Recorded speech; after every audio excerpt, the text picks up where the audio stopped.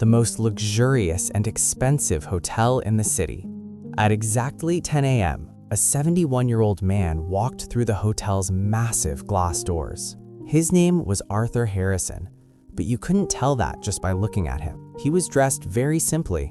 In fact, he looked more like a farmer or a mechanic who had accidentally wandered into a royal palace. Arthur calmly made his way toward the reception desk. Behind the counter, the receptionist, Jessica, was checking her makeup on her iPhone. When she noticed Arthur standing there, her expression immediately changed to disapproval. Arthur spoke politely. "Good morning. I would like to meet the manager, please."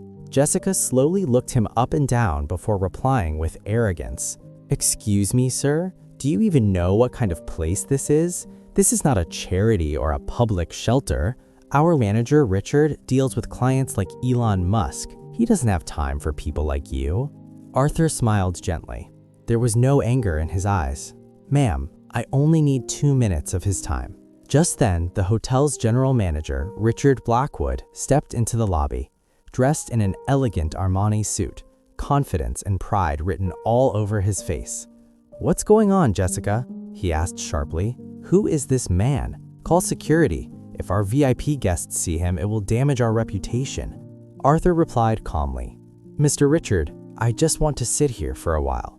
Richard sighed impatiently. "Fine, sit on that corner sofa, but do not talk to any of the guests. If you don't leave within 15 minutes, I will call the police." Arthur quietly walked to the corner and sat down with dignity.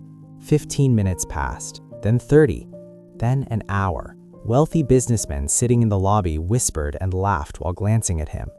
Not a single person offered him even a glass of water. Arthur simply observed everything in silence. The staff, the service, the attitude.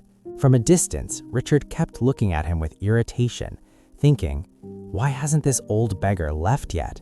Suddenly, a young bellboy named Leo approached Arthur. He was a college student working part-time to support his education. His eyes reflected sincerity and kindness. Leo carried a tray with a cup of hot coffee and a fresh sandwich. He placed it gently in front of Arthur. "Sir," Leo said with a warm smile, "it's very cold outside, and you've been sitting here for a long time. This coffee is for you. Don't worry, there's no charge. It's from me." Arthur looked surprised. "Thank you, son," he said softly. "But if your manager sees you serving someone like me, he might get angry." Leo smiled confidently. "My mother taught me to respect people as human beings, not by their clothes. I may lose my job, but I don't want to lose my humanity." Arthur took a slow sip of the coffee.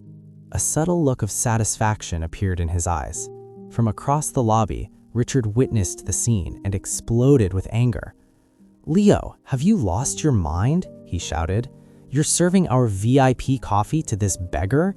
You're fired. Take off your uniform and get out immediately." Then he pointed at Arthur. "And you, your time is up. I'm calling the police right now." Arthur remained completely calm.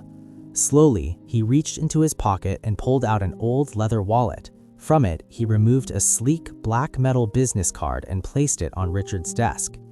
"Before you call the police," Arthur said firmly, "read the card." Richard grabbed it carelessly, but the moment he read the name, his face turned pale. His hands began to tremble. The card read, "Arthur Harrison, founder and chairman, Harrison Hospitality Group." Yes, the owner of the hotel, one of America's top billionaires.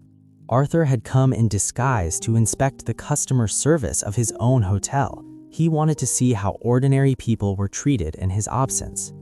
The entire lobby fell silent. Jessica stood frozen. Richard was shaking with fear. Arthur slowly stood up with his cane. He looked directly into Richard's eyes. "Richard," he said calmly but firmly, "you have proven that you can manage a luxurious building, but you cannot recognize humanity. And in a company where there is no humanity, there is no place for a manager like you. You're fired."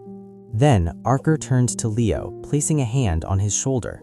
"From today onward, Leo is the new general manager of this hotel. Because true qualification does not lie in expensive suits. It lies in a beautiful heart. Money may buy you expensive clothes, but respect and humanity come from within. Never judge someone by their appearance, because you never know what extraordinary person might be hiding behind ordinary clothes.